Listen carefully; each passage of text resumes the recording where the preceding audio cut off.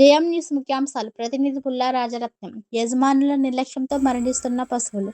పోలవరం జిల్లా రాజవొమ్మంగి మండలంలో రహదారులపై తరచూ పశువులు మృతి చెందుతున్న యజమానుల నిర్లక్ష్యం వీడకపోవడంపై వాహనదారులు ఆందోళన వ్యక్తం చేస్తున్నారు.